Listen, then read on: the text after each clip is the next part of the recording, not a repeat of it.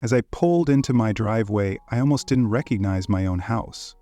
A giant inflatable flamingo bobbed over the backyard fence, flapping like a neon pink distress signal. For a split second, I thought I'd taken a wrong turn. Then the bass from party music hit so hard, it rattled my mirrors. I slammed the truck into park, grabbed my weekend bag, and bolted for the backyard gate like a man chasing down a crime in progress. When I yanked the gate open, my jaw hit the ground. My private backyard, my sanctuary, had been transformed into what looked like a spring break beach resort designed by someone with a fondness for chaos and a total disregard for trespassing laws. Tiki torches lined the pool, beach balls floated lazily across the water, and a full DJ setup was blasting party beats from the spot where my grill used to sit. The smell of overcooked burgers, cheap sunscreen, and spilled soda assaulted my senses all at once. But the banner was the cherry on top. Draped proudly across the roof of my pool house in gaudy pink and gold letters, "Happy 50th Cheryl!" I stood frozen, blinking hard, trying to convince myself this was some kind of elaborate prank. I didn't even know a Cheryl. Leave a comment below to let us know where you are watching from, and if you like fascinating stories like this, don't forget to hit that subscribe button, because tomorrow we have another incredible story, and there are many surprises waiting for you in the next parts. Kids were cannonballing into my pool. Strangers lounged on my patio chairs, sipping from coconut cups like they owned the place. A woman in a floppy sun hat floated by on a pool donut, holding a shivering chihuahua like a queen sailing past her peasants. A guy in mirrored sunglasses gave me a thumbs up and shouted, "Bro, the shrimp skewers are fire!" I didn't move. I didn't speak. My brain was still buffering, stuck somewhere between shock and murderous rage. And then I saw her, Karen, in all her HOA glory, lounging like suburban royalty under a giant shade umbrella, fanning herself with a plastic flamingo fan, barking orders at two teenagers struggling to hang fairy lights across my hedge. Karen, president of our HOA. Karen, destroyer of weekend peace. Karen, self-appointed queen of unauthorized backyard invasions. I stormed across the yard, dodging puddles and discarded paper plates, my fists clenching and unclenching with every step. "Karen?" I barked. She didn't flinch. She didn't even blink. She looked up at me over her oversized sunglasses, completely unbothered, and said with a sugary smile, "Oh, you're back early. We thought you weren't home until Monday." "You broke into my backyard," I said through gritted teeth. Karen laughed, waving her hand as if I'd just told a charming joke. "It wasn't locked, and it's Cheryl's big day. She's never had a pool party before." She said it like that somehow made everything okay, like commandeering my backyard for a stranger's birthday was just a neighborly favor. I looked around at the chaos, the footprints on my patio furniture, the greasy burger wrappers on my grill, the wet towels draped over my garden gnomes. "You have no right to be here," I said, voice low and deadly calm. Karen rolled her eyes like I was the one being unreasonable. "Oh, don't be such a grump. It's just for a few hours. You weren't using it anyway." She sipped from her coconut cup like this was a conversation about borrowing a cup of sugar, not committing a full-blown home invasion. I turned on my heel and marched back into the house before I did something that would earn me a new mugshot. Every fiber of my being screamed to call the police, but I knew Karen. Drama was her oxygen. She would spin this into a story about a heartless neighbor ruining a once-in-a-lifetime celebration. No, if I was going to deal with Karen, I needed proof. I needed to destroy her with precision. I pulled up my home security app. Sure enough, the footage was pure gold. At 9:27 IEM, Karen could be seen casually cutting the backyard padlock with a pair of bolt cutters like she was starring in some suburban heist movie. An hour later, a catering van rolled up and workers unloaded tables, chairs, and trays of shrimp skewers. By noon, Karen was caught rearranging my patio furniture to make more space for a dance floor. A professional photographer showed up right after that. This wasn't an impromptu neighborly gathering. It was a full-blown, organized, premeditated backyard invasion. I fast-forwarded through the footage, each clip sinking my heart lower. Guests strolling in and out of my house, a stranger rummaging through my fridge for more drinks, my bath towels being used as drying rags, And the final soul-crushing insult, a toddler relieving himself into my brand new cooler, the one my brother had given me as a housewarming gift. I closed the app and stood still for a moment, staring out the window at the party raging in my backyard. Karen was now getting her feet massaged by some poor soul next to my garden. I set down my phone, took a deep breath, and smiled. A slow, dangerous smile. Karen thought she had won. Karen thought she was untouchable. Karen had no idea what she had just unleashed. Because that pool, that wasn't just a backyard pool. That was a pool with a secret only I and my cousin Logan knew about. And if Karen wanted a party, I was going to give her one she'd never forget. I yanked open the backyard gate and froze. My private pool, the one I spent 2 years designing and another year paying off, had been hijacked.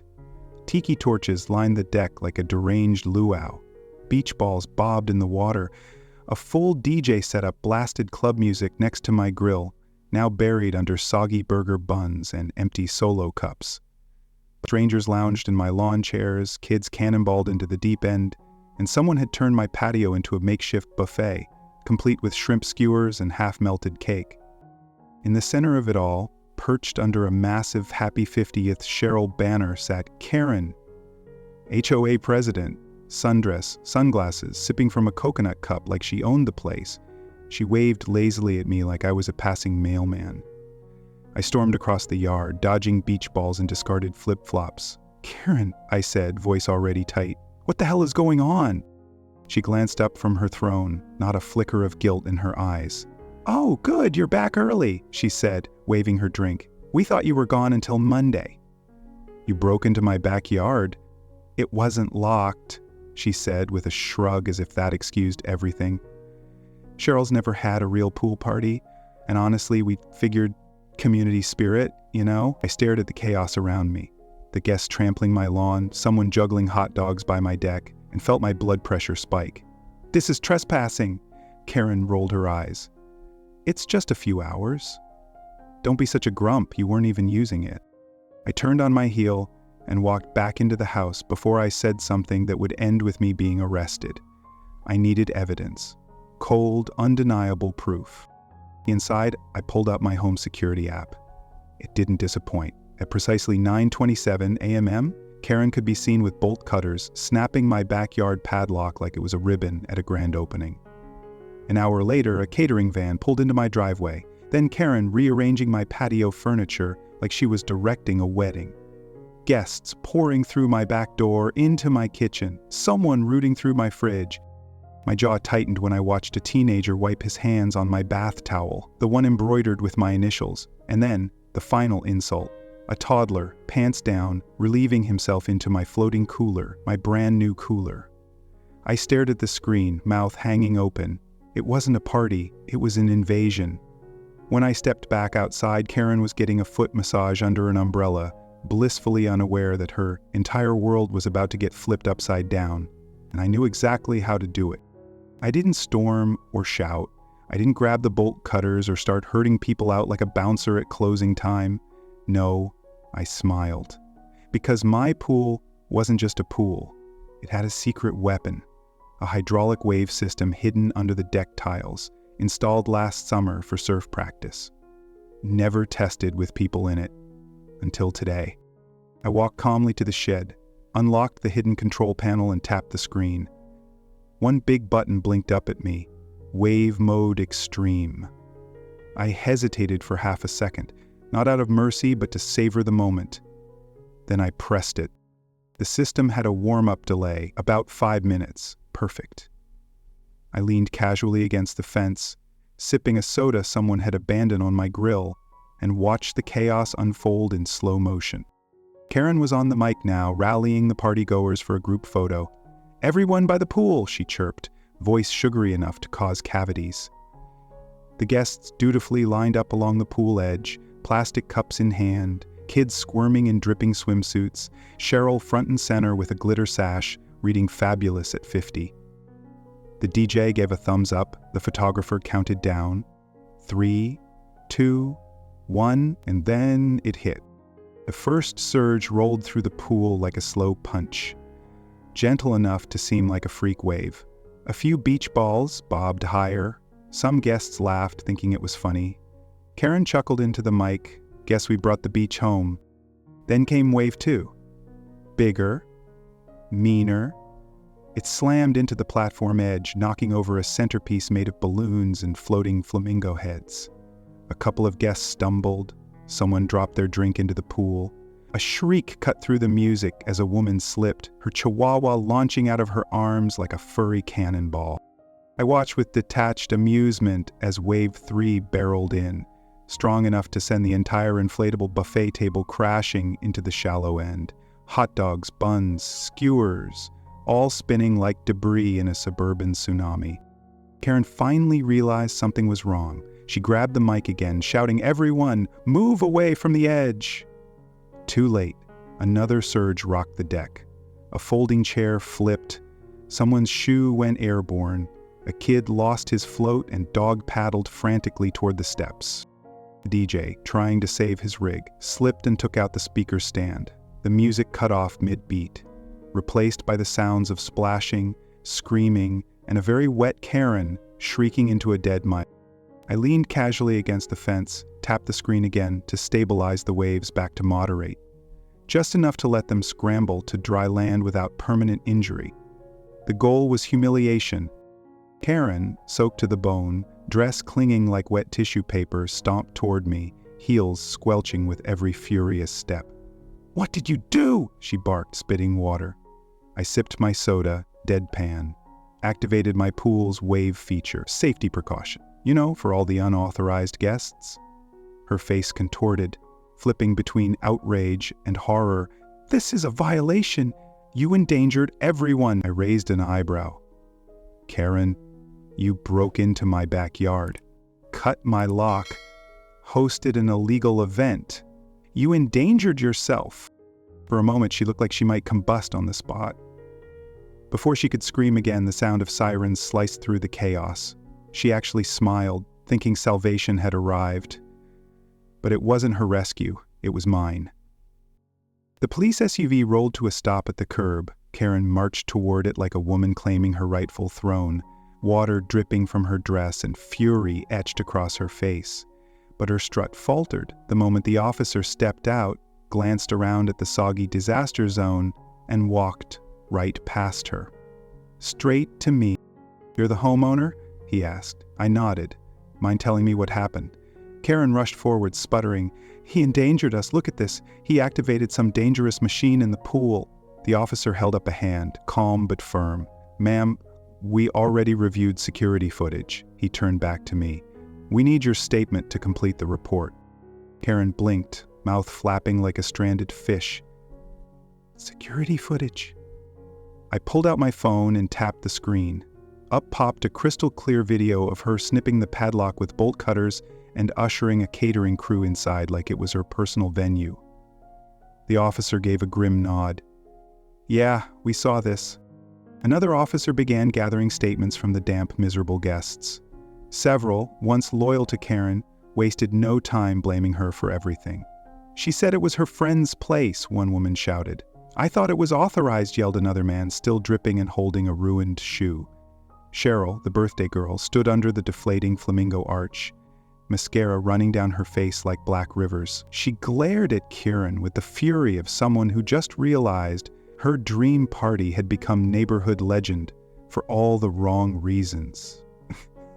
Karen tried one last desperate tactic, waving her arms dramatically. "This is harassment. He orchestrated this to humiliate me." The officer scribbled something in his notebook without looking up. Breaking and entering, trespassing, property damage, reckless endangerment. Each charge landed like a hammer blow. Then came the final nail. "Do you want to press charges?" he asked me. I looked around, the ruined decorations, the floating food, the overturned tables, and smiled politely. "Absolutely." Karen staggered backward like I'd punched her.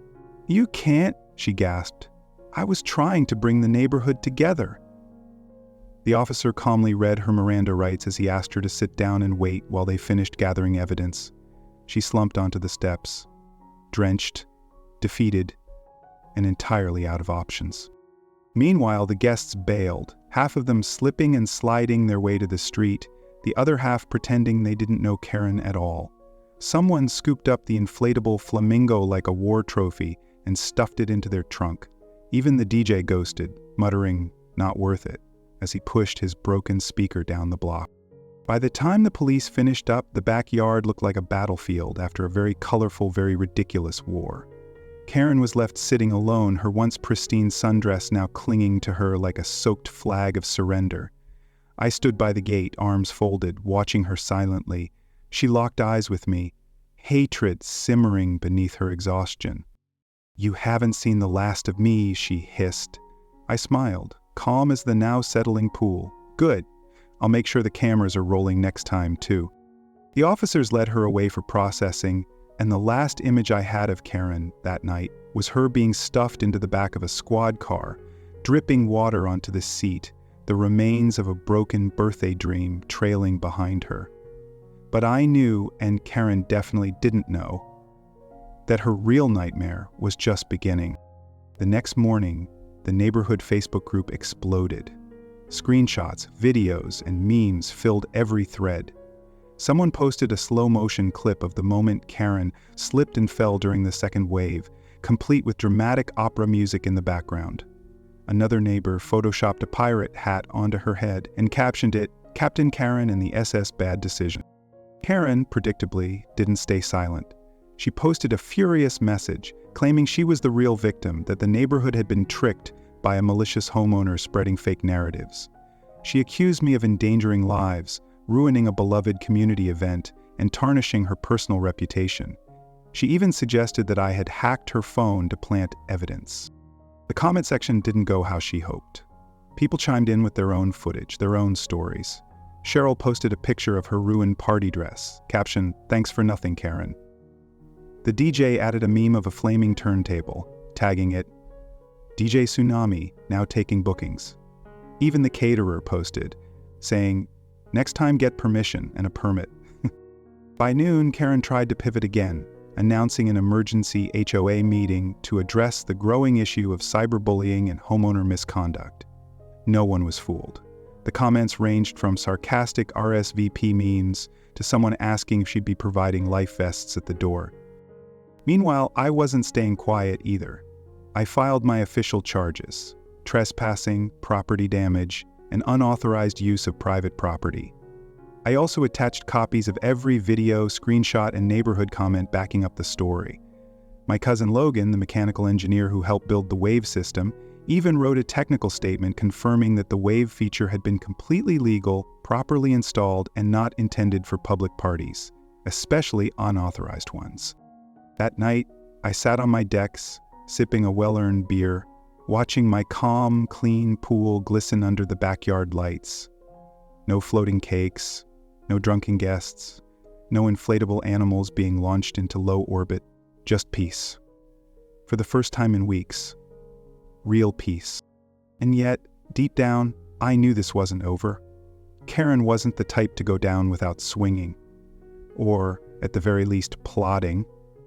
I imagined her sitting in her kitchen, scribbling frantic notes into a binder labeled Plan B. The problem was, the neighborhood wasn't afraid of her anymore. They had seen behind the curtain, and no amount of clipboard waving or passive-aggressive emails could fix what she'd broken. As I leaned back in my chair, a new post popped up in the Facebook group. A neighbor had designed a t-shirt with a cartoon of Karen riding a giant flamingo into a tidal wave. It read, "I survived HOA Wave Day 2025. Pre-orders opened immediately." I chuckled, raised my beer toward the stars, and made a silent toast to peaceful nights, to a free backyard, and to never underestimating the power of a well-timed wave. Karen thought the party was over. She didn't know the real storm was still brewing. It didn't take long for Karen's next move to show itself. Exactly 3 days after the backyard tsunami, I got a certified letter in the mail, delivered with all the gravitas of a court summons. Inside was a formal notice from Karen's brand new lawyer, or rather, a cheap legal service she found online, accusing me of intentional infliction of emotional distress, reckless endangerment and destruction of community property. I had to laugh. Community property? Last I checked, my pool didn't come with an HOA deed.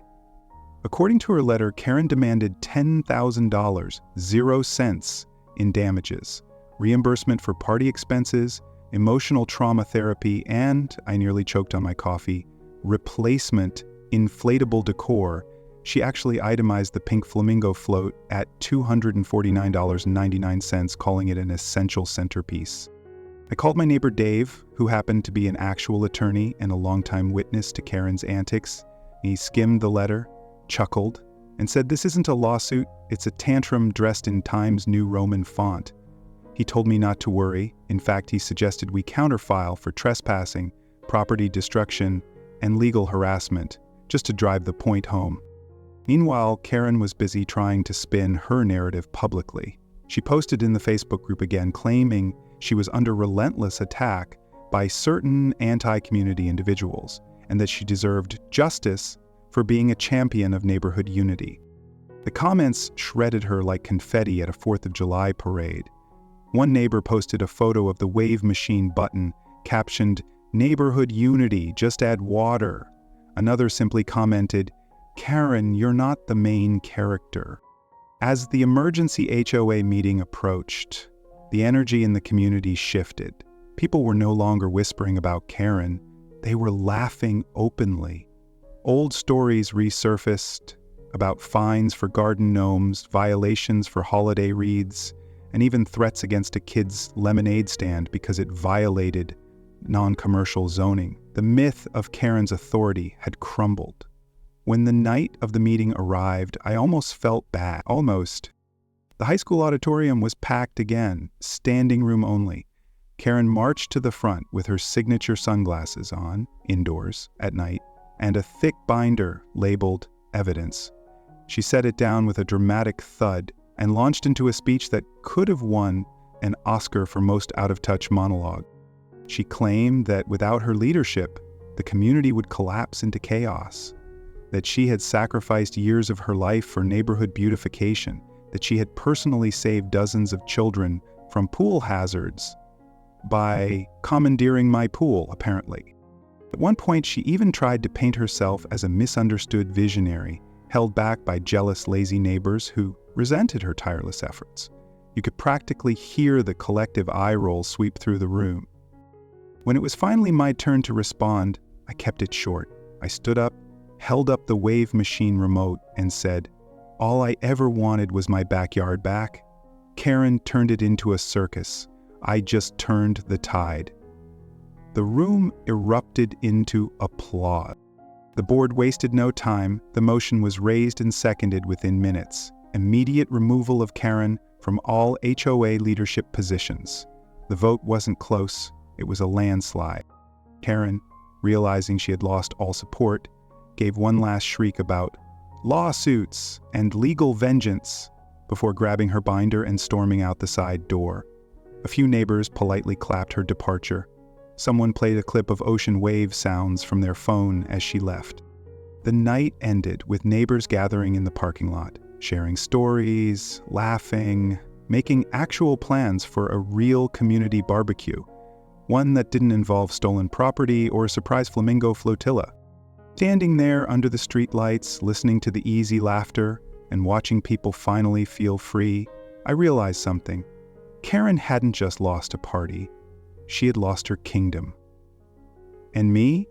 I had my backyard back, my pool back, and a neighborhood that finally knew how to stand up for itself. But something told me Karen still had one more trick up her sleeve, and this time I was ready. The weeks that followed were nothing short of blissful. No angry emails, no fines for imaginary violations, no rogue flamingos floating in my pool. It felt like the first real summer in years. Peaceful, simple, normal. Neighbors who used to avoid each other now swapped gardening tips over the fence. Kids rode their bikes without glancing nervously at windows. A barbecue popped up every weekend, and my backyard, once ground zero for HOA tyranny, became a symbol of what the neighborhood could be when fear wasn't holding it hostage. But peace, like pool water on a windy day, never stays perfectly still. It came on a Friday afternoon, tucked neatly between a pizza coupon and a cable bill, a final, desperate letter from Karen. No legal threats this time, no demands, just a rambling, handwritten note in shaky cursive. She blamed me for everything, for the means, the HOA audit, her emotional suffering, the loss of her social circle. She insisted she was the real victim, that she had only ever wanted to create memories, and that my petty revenge had ruined her life. She ended the letter with a final plea. I hope someday you understand what you've done. I stared at the letter for a long moment, then folded it neatly and filed it away, not out of malice, but as a reminder. Because what I had done, what we had done, was break the spell. We had reclaimed our homes, our lawns, our lives. We had proven that a clipboard, a fake title, and a loud voice weren't enough to control an entire neighborhood. And in the end, Karen wasn't ruined by me. She was ruined by her own belief that the rules only applied to everyone else. As the final act of closure, I hosted one last party. Nothing big, just a simple pool day for the kids, a grill station for the adults, and a playlist of summer songs that didn't include a single HOA anthem. Ted manned the barbecue, flipping burgers like a master chef. Dave set up a volleyball net in the yard. Neighbors brought side dishes and desserts, filling the tables with enough food to feed an army. When the sun dipped low and the pool lights flickered on, someone handed me a beer and asked, "So, you ever gonna use that wave machine again?" I smiled, tapped the remote hanging from a lanyard around my neck and said, "Maybe someday, but for now, calm waters." The party laughed, clinked glasses, and turned back to the music and the pool games. The flamingo float bobbed peacefully on the surface, no longer a symbol of chaos but of resilience. And as I leaned back in my chair, watching kids splash and neighbors laugh under the string lights, I realized something simple and powerful. The best revenge wasn't the waves, or the memes, or even the courtroom victories. The best revenge was getting our community back, getting our home back, and knowing that no matter how big the storm, no matter how loud the Karens of the world yelled, we were stronger, together, unshaken, and absolutely undefeated. Leave a comment below to let us know where you are watching from, and if you like fascinating stories like this, don't forget to hit that subscribe button, because tomorrow we have another incredible story, and there are many surprises waiting for you in the next parts